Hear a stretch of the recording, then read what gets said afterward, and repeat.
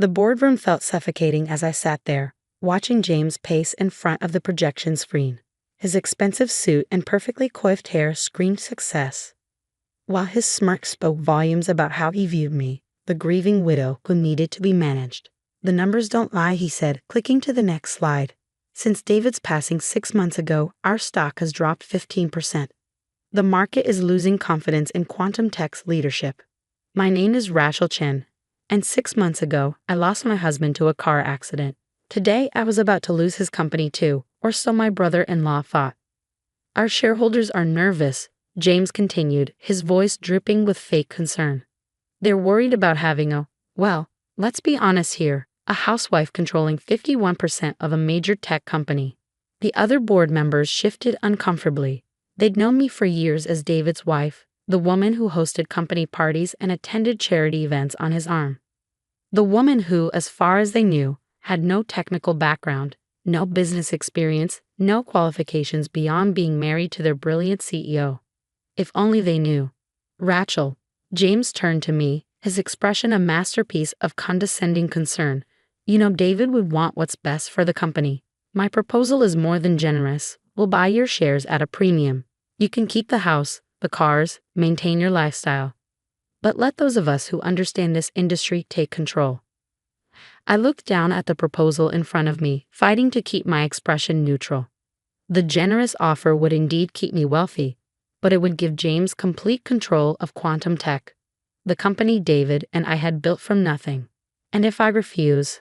I asked quietly. James's smile tightened. "Then I'll be forced to call for a vote of no confidence. The board already supports me. They know you're not qualified to make decisions about quantum computing and AI development." "I see." I closed the folder containing his proposal. "And what about Project Phoenix?" The room went silent. Project Phoenix was Quantum Tech's most closely guarded secret, a revolutionary quantum encryption system that could change the face of cybersecurity. As far as the world knew, it was David's final project, still in development. James' confidence faltered for a moment. "Project Phoenix is proceeding according to schedule." "Really?" I raised an eyebrow. "So you understand the modifications I made to the quantum entanglement algorithm last week? The ones that increased efficiency by 40%? His face went blank. Around the table, board members started whispering to each other. "What modifications?" James demanded. "David's original design was flawed," I cut in. "It couldn't scale beyond local networks. The new architecture I implemented allows for global deployment while maintaining quantum coherence." The whispers grew louder. James's face reddened. "You expect us to believe you understand quantum computing? You've never even worked in tech." I smiled, thinking about the past 5 years, about the late nights working alongside David, developing algorithms, solving problems that had stumped the industry's best minds, about our decision to keep my involvement secret, knowing how the tech world would react to a female Asian developer, especially one married to the CEO. "Actually," I said, standing up and walking to the computer connected to the projector, "I've been working in tech for longer than you have, James. I just did it under a different name." I typed quickly, logging into a secure server. The screen filled with code, the core architecture of Project Phoenix. "Do you recognize this coding style?" I asked the board members. "It's remarkably similar to the work of R.C. Wang, isn't it?" The effect was immediate. Everyone in tech knew R.C. Wang, the mysterious developer whose innovations had driven Quantum Tech's success for the past 5 years. The genius who never appeared in public, never gave interviews, communicating only through code commits and technical documentation. "That's impossible," James sputtered. "R.C. Wang is." "Me," I said simply. "Rachel Chen Wang." David and I decided early on that my work would be judged more fairly if people didn't know I was his wife. So we created a persona, the reclusive genius who just happened to collaborate brilliantly with Quantum Tech's CEO. I pulled up more files, years of development logs, emails between David and me discussing technical details, video recordings of us working late in our home office. David wasn't just my husband. I continued, my voice soft but firm. He was my partner in every sense. We built this company together. The only difference is he did it publicly while I worked in the shadows. The board members were staring at their tablets, where I just sent copies of all the documentation. James looked like he'd been hit by a truck. "This is a trick," he said weakly. "Some sort of deception. Would you like me to explain exactly how the quantum entanglement modifications work?" I offered. "Or maybe you prefer to discuss the neural network architecture I designed for our AI division, the one you've been taking credit for managing these past 6 months." The next hour in the boardroom was unlike anything anyone present had ever experienced. I walked them through Project Phoenix of architecture, explaining complex quantum computing concepts with the ease of someone who had spent years immersed in the field. With each explanation, each technical detail I elaborated on, James's face grew paler. "But the patents," he finally interrupted, grasping at straws. "They're all in David's name." I pulled up another file. Actually, they're jointly held. David insisted on it, though I wanted to keep using the R.C. Wong persona. I smiled slightly at the memory. He said someday the world would need to know the truth. Marcus Chen, our head of development and no relation despite the shared surname, leaned forward. "The Quantum Bridge Protocol, that was you. The one that solved our coherence issues." I nodded. David was brilliant with hardware, but software was always my strength. We complemented each other perfectly. That's why he never fully explained how certain systems worked, Marcus said, realization dawning on his face. He always deflected to R.C. Wong's documentation. "Because I wrote it," I confirmed. David and I had an agreement. He handled the public face of the company, the meetings, the presentations. I focused on development, on solving the technical problems that kept us ahead of the competition. James had remained unusually quiet, his eyes darting between me and his tablet. I could almost see the wheels turning in his head, trying to find a way to discredit me. "Even if this is true," he finally said, "running a tech company requires more than just technical knowledge. It needs business acumen, leadership skills." "You mean like the skills I used to negotiate our Series C funding?" I interrupted. "The deal I closed with Vector Capital while using the R.C. Wong persona." More murmurs around the table. The Vector Capital deal had been legendary. A $300 million investment on incredibly favorable terms, negotiated entirely through encrypted communications with the mysterious R.C. Wong. "That's right," I continued. "I handled most of our major deals. The investors actually preferred dealing with R.C. Wong. They said they'd never met someone who understood both the technical and business sides so completely." I clicked to a new slide showing our company's growth over the past 5 years. Every major innovation, every significant breakthrough, they all came after R.C. Wong joined the company, after I started working with David. "This is absurd," James snapped, finally losing his composure. "You expect us to believe that all this time, while you were playing the perfect corporate wife, hosting dinner parties and charity events, you were secretly some kind of tech genius." "No," I said calmly. "I expect you to look at the evidence in front of you and make a rational decision about what's best for this company." I turned to address the entire board. "I understand your concerns about leadership, but ask yourselves this: who really knows quantum text technology? Who understands where we're going and how to get there?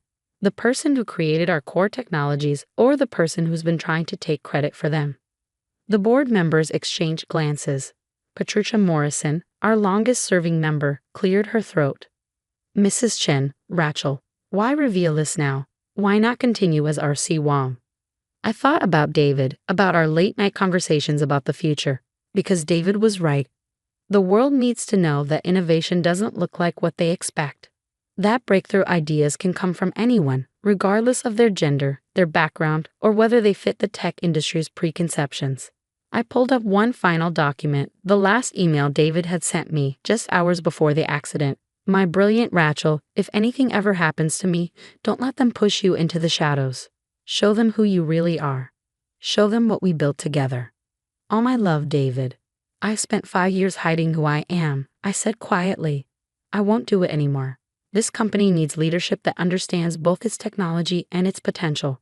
I am that leader, whether you choose to accept it or not." James stood up abruptly.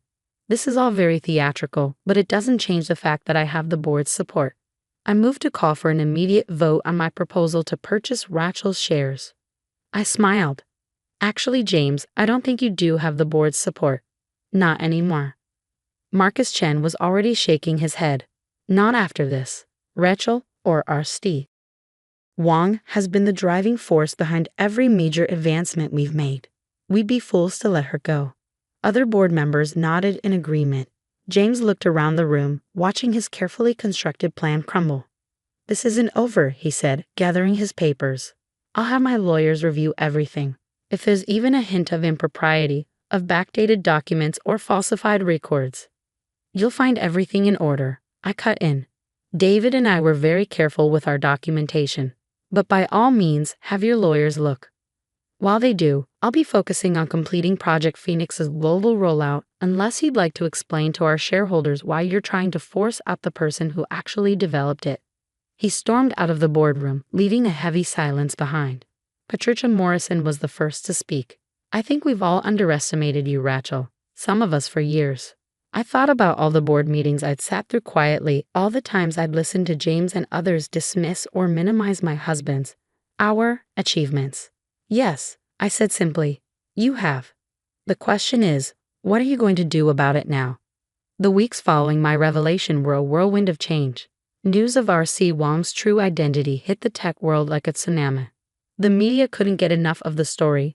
The grieving widow who turned out to be a secret tech genius. The woman who had revolutionized quantum computing while letting others take the credit. Mrs. Chen, a reporter from Tech Weekly, asked during my first public interview, why maintain the deception for so long? Weren't you angry about not getting credit for your work? I sat in my office, David's old office, looking at his picture on the desk. It was never about credit, I said. David and I knew how the tech world would react to a female Asian developer, especially one married to the CEO. We wanted our work to be judged on its merits, not clouded by prejudice or assumptions. The reporter nodded. And your brother-in-law? Sources say he's challenging the authenticity of your work. I smiled, thinking of James' increasingly desperate attempts to discredit me. His lawyers had spent weeks combing through every line of code, every patent filing, every piece of documentation. James is welcome to his doubts, I replied. The code speaks for itself. What I didn't mention was the email I'd received that morning from James's lawyers, quietly withdrawing their challenges. They'd found nothing, because there was nothing to find. Every innovation, every breakthrough had been meticulously documented, jointly credited to David and me from the start. The real surprise came a week later, when I arrived at the office to find Marcus Chen waiting with an unusual request. The development team wants you to do a code review, he said, looking slightly embarrassed. In person. They've been working with R.C. Wang's documentation for years, but now they want to learn directly from you. I spent the afternoon in the development lab, surrounded by engineers who had once seen me only as the CEO's wife. Their respect wasn't grudging or forced. It was earned, line of code by line of code, as I walked them through the systems I'd designed. It all makes sense now, one young developer said. The elegant solutions, the innovative approaches, they had your signature all along. We just didn't know to look for it. That evening, as I was preparing to leave, Patricia Morrison appeared in my doorway. The board has been discussing the future of quantum tech, she said without preamble. We'd like to make your position as CEO permanent. I looked up from my computer, where I'd been reviewing the latest Project Phoenix tests, and James has resigned from the board, effective immediately. She smiled slightly. His last attempt to challenge your work backfired rather spectacularly. Turns out several of his own innovations were actually based on incomplete copies of your prototypes. I wasn't surprised. James had always been better at taking credit than creating something original.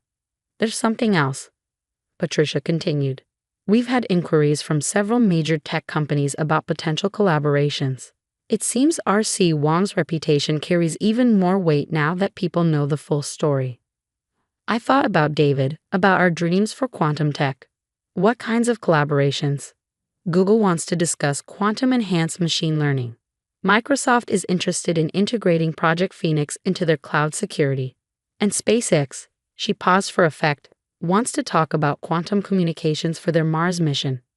I looked at David's picture again, remembering our late-night conversations about the future of technology.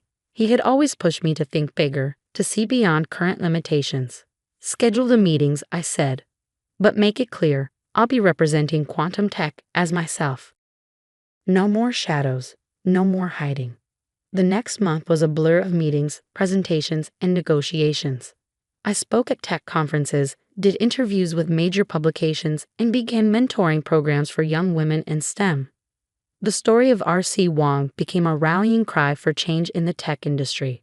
James, meanwhile, had disappeared from public view. The last I heard, he was trying to start his own tech company, but investors were wary. It turned out his reputation for taking credit for others' work had spread. 1 year to the day after my revelation in the boardroom, I stood on stage at the World Technology Summit, preparing to unveil Project Phoenix's global launch. The audience was packed with industry leaders, investors, and media. Quantum computing isn't just about processing power. I began looking out at the sea of faces. It's about seeing possibilities others miss, about having the courage to pursue solutions that seem impossible. I clicked to the first slide, a picture of David and me in our garage where we'd built our first quantum prototype. This is where quantum tech really began, I continued. Not in a fancy lab or corporate office, but in a garage where two people dared to dream big. One of those people worked in the spotlight while the other stayed in the shadows. Today, we're bringing those innovations into the light. The presentation was a triumph. Project Phoenix's capabilities exceeded even the most optimistic predictions. Our stock price soared, and more importantly, we were changing the face of cybersecurity forever. After the presentation, as I was gathering my things, I found a note that had been slipped into my bag. It was from James. Rachel, I was wrong. About everything. I'm sorry. James. I folded the note and put it away. His apology meant little now, but at least he had finally seen the truth. That innovation doesn't care about gender, background, or appearances. It cares about brilliance, determination, and the courage to stand in the light. That evening, I sat in my home office, surrounded by the computers and equipment where David and I had spent so many happy hours working together. On my screen was the code for our next big project, a quantum AI system that could revolutionize medical research. You were right, David, I whispered to his picture. The world did need to know the truth. And now they do. I began to type, my fingers flying over the keyboard as new ideas flowed. But this time, I wasn't hiding behind a pseudonym or working in the shadows. I was Rachel Chen, CEO of Quantum Tech, writing code that would change the world. And I was finally, completely myself.